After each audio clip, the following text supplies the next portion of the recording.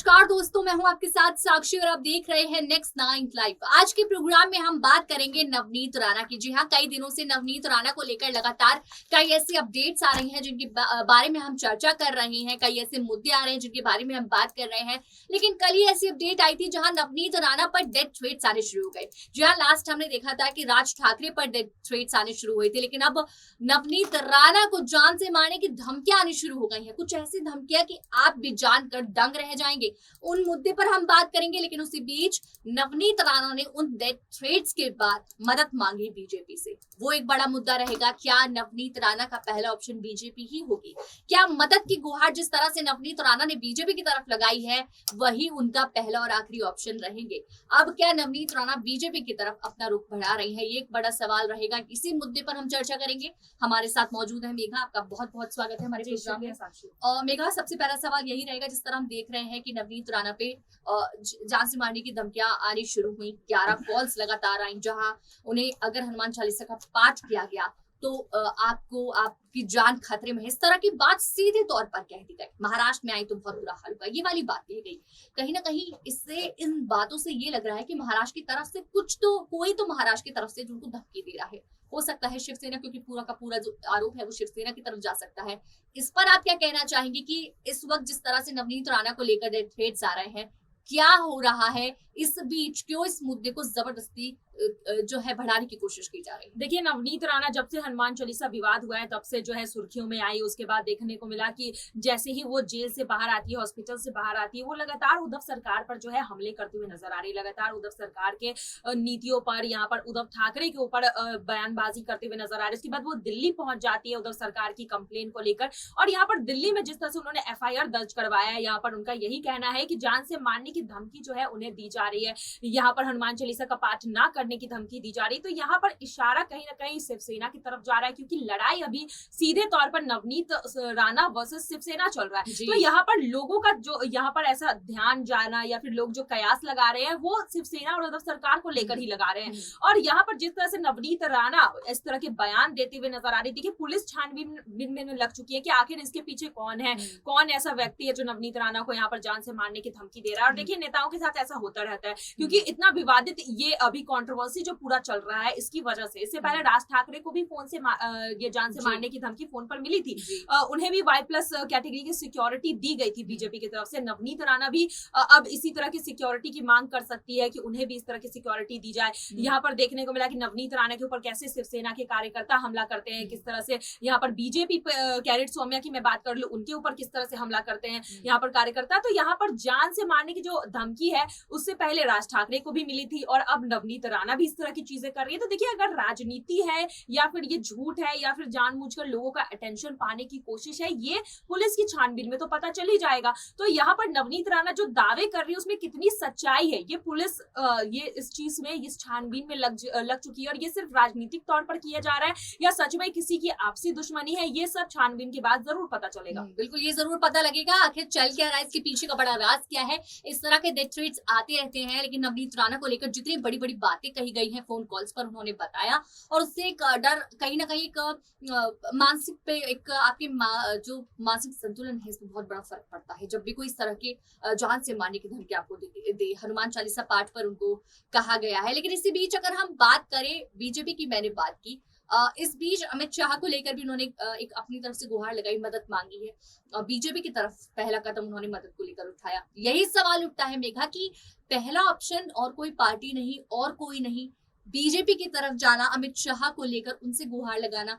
तो इस चीजों से ये समझ आ रहा है कि क्या नवनीत राणा का जो रुख है वो बीजेपी की तरफ ज्यादा बढ़ रहा है। देवेंद्र फडणवीस की बात कर ले, उनकी तारीफ कर रही हैं, उनके बारे में कह रही हैं कि जिस तरह से उन्होंने उनके बारे में पूछा, उनके हाल चाल के बारे में, जब उनकी तबीयत खराब थी। लेकिन इसी बीच अब उन्हें पहले नंबर पे वही याद आए जब उन्होंने मदद की मांग की। तो क्या आपको लगता है कि बीजेपी की तरफ इतना रुख बढ़ना, क्या लगता है बीजेपी की तरफ से एक बड़ा एक स्वागत उनका हो सकता है? और देखिए नवनीत राणा जिस तरह से बीजेपी की तारीफें करती हुई नजर आई, यहाँ पर महाराष्ट्र का मामला वो खींचकर दिल्ली तक ले आई है। यहाँ पर जिस तरह से वो कंप्लेन करने के लिए आई कि यहाँ पर उनके साथ गलत हुआ है, जिस तरह से जेल में उन्हें रखा गया, इसकी शिकायत वो अमित शाह से करना चाहती थी। नरेंद्र मोदी से उनकी मुलाकात की बातें सामने आ रही थी, लेकिन देखा गया ना अमित शाह ने उनसे मुलाकात की, ना नरेंद्र मोदी ने मुलाकात की। यहाँ पर नवनीत राणा की मैं बात करूं तो वो अपना राजनीतिक करियर चमकाने की पूरी कोशिश कर रही है, किसी भी तरह से बीजेपी की नजर में आने की कोशिश नवनीत राणा की है, और इसी वजह से ये पूरा मुद्दा जो है महाराष्ट्र से उतरकर जो है दिल्ली तक पहुंचता है। और नवनीत राणा जो है जो हनुमान चालीसा का मुद्दा उठाए नवनीत राणा की तरफ से, कहीं ना कहीं हिंदुत्व के साइड है, वो हिंदुत्व को प्रमोट कर रही है, ये दिखाना चाहती है वो बीजेपी को, क्योंकि बीजेपी भी हमेशा हिंदुत्व के झंडे को लेकर आगे चलती है। और यही चीज ऐसे कयास लगाए जा रहे कि नवनीत राणा को भी अपना राजनीतिक करियर चमकाना है, इस वजह से वो बीजेपी की तरफ ज्यादा झुकाव दिखा रही है। जिस तरह से बीजेपी की तारीफें करती है, पेट्रोल डीजल के दाम घटे थे उस वक्त भी उन्होंने केंद्र सरकार की तारीफ की थी, नरेंद्र मोदी की तारीफ की थी, बहुत अच्छा काम किया है उन्होंने। तो यहाँ पर बीजेपी के जो गुणगान गाती हुई नजर आ रही है नवनीत राणा, बिल्कुल ऐसा लग रहा है कि वो अपना राजनीतिक करियर जो है कहीं ना कहीं बीजेपी के साथ देख रही है। फिलहाल अभी बीजेपी की तरफ से तो उतना कुछ बढ़ावा नवनीत राणा को लेकर नहीं आया है, लेकिन नवनीत राणा की तरफ से बीजेपी की तरफ पूरा झुकाव देखने को मिल रहा है। पूरा झुकाव देखने को मिल रहा है, तो क्या यही बड़ी वजह है कि अगर वो हनुमान चालीसा का पाठ का एक सहारा ले रही हैं, या जो एक मैं कहूँ भगवा रंग का झंडे की मैं बात करूं, या हनुमान चालीसा की जिस तरह से वो भगवे कलर के रंग के कपड़े पहने घूम रही हैं, साड़ी पहने घूम रही हैं, तो क्या मतलब ये सहारा लेने की कोशिश कर रही है बीजेपी का, ये कहना चाहते हैं आप? जी बिल्कुल, देखिए वो निर्दलीय सांसद जरूर है, लेकिन नवनीत राणा सुर्खियों में कब आई? इससे पहले नवनीत राणा को कोई नहीं जानता था। नवनीत राणा जब हनुमान चालीसा विवाद करती है, यहाँ पर सारा कंट्रोवर्सी जो है क्रिएट किया जाता है राज ठाकरे की तरफ से, लेकिन यहाँ पर बीच में मौके का माफ कीजिएगा, बीच में जो मौके का फायदा जो है वो नवनीत राणा उठाकर ले गए। जितनी भी लैमलाइट है वो नवनीत राणा की तरफ चली गई। हनुमान चालीसा विवाद को लेकर शिवसेना भी नवनीत राणा के ऊपर हमला करते हुए दिखाई दी जो हनुमान चालीसा विवाद को लेकर। तो बिल्कुल यहाँ पर नवनीत राणा तो चाह रही कि किसी भी तरह से बीजेपी का ध्यान जो है अपनी तरफ खींचा जाए, इस वजह से वो दिल्ली भी पहुंचती, नहीं तो दिल्ली पहुंचने का क्या कारण है?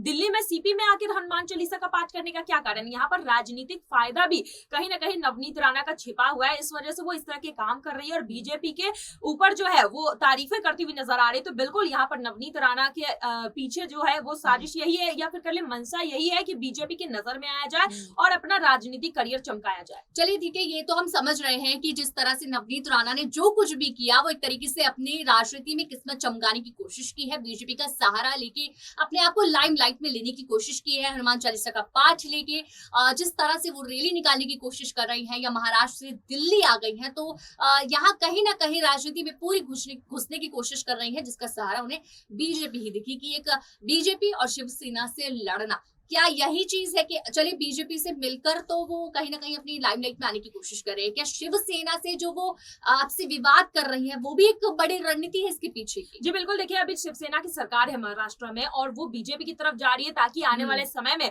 बीजेपी की तरफ से वो मुख्य भूमिका निभाए और शिवसेना को टक्कर दे सके। बीजेपी भी यहाँ विकल्प तलाश रही है कि किसी भी तरह से महाराष्ट्र की सत्ता में जो है एंट्री मारी जाए, और इस वजह से भी वो इन सारी चीजों पर ध्यान देगी कि महाराष्ट्र की सत्ता में कौन से नेता जो है ज्यादा लोगों के बीच उनकी पकड़ है। और यहाँ पर नवनीत राणा भी यही करने की कोशिश कर रही है, जनता के बीच अपनी सिंपैथी जो है बढ़ाने की कोशिश कर रही है कि आने वाले समय में अगर बीजेपी को विकल्पों की जरूरत पड़ेगी तो नवनीत राणा का नाम जरूर सामने आएगा और यहाँ पर शिवसेना को टक्कर देने में आगे आसानी होगी। बिल्कुल, शिवसेना को टक्कर देने में आसानी होगी। नवनीत राणा की बड़ी रणनीति आज साफ दिखाई दे रही है।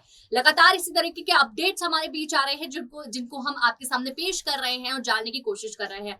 बहुत बहुत धन्यवाद मेघा आपका, जिस तरह से आपने हमें हर सवाल को सही तरीके से बताने की कोशिश की, जनता तक समझाने की, पहुंचाने की कोशिश की, जो चीजें आखिर राजनीति में चल रही हैं तो सबको जानना बहुत ज्यादा जरूरी है, सभी के सामने आ गई। लगातार ऐसे अपडेट्स के लिए हमारे साथ बने रहें और देखते रहें नेक्स्ट 9 लाइव।